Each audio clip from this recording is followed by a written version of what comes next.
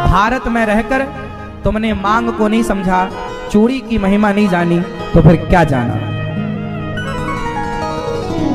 आपकी फिर बेटी क्या भरेगी मांग और क्या निभाएगी पत्नी के कर्तव्य। माँ से ही तो सीखती है ना।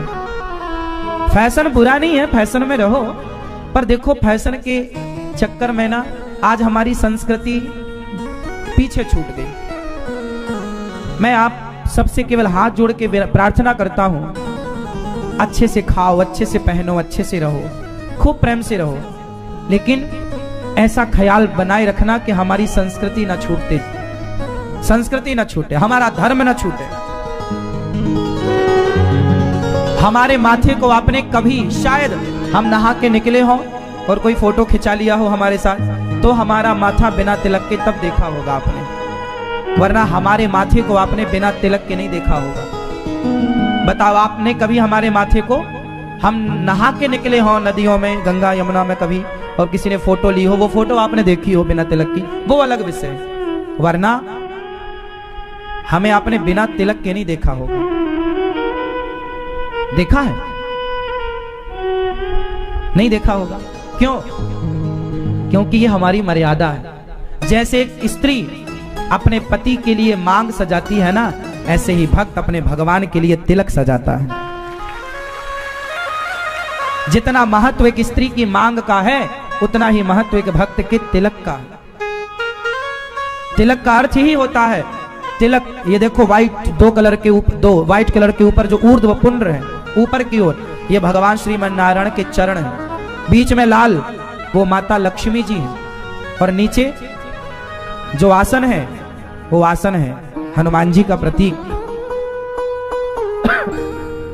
तो तिलक क्यों लगाए जाते हैं? क्योंकि ये भगवान श्रीमन नारायण के चरण का प्रतिनिधित्व कर रहे हैं।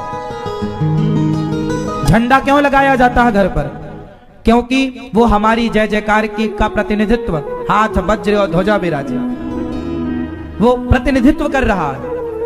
शंकर जी नंदी पर क्यों बैठे हैं? क्योंकि नंदी धर्म है और धर्म का प्रतिनिधित्व नंदी कर रहा है, तो शंकर जी धर्म पर बैठे हैं। मैंने कई बार इन बातों को विस्तार से समझाया। उसी तरह नारी के माथे का जो सिंदूर है, मांग है, वो अपने अखंड सौभाग्य का प्रतिनिधित्व करता है कि मैं आपके मांग का सिंदूर बता रहा है कि आप अखंड सौभाग्यवती हैं। यदि आप मांग भर के जाएंगी और किसी संत को प्रणाम करेंगी, तो वो आपको यही आशीर्वाद देगा, बेटी अखंड सौभाग्यवती रहो। और आपकी मांग नहीं होगी तो वो संत सकुचा जाएगा कि इसे अखंड सौभाग्यवती का वरदान कैसे दे, इसका तो मांग खाली है। तो वो ये समझ लेगा कि इसकी तो मांग खाली हो गई। उसे थोड़ी पता कि तुमने फैशन में नहीं भरी। तो तुम अखंड सौभाग्यवती के वरदान से वंचित रह जाओगे।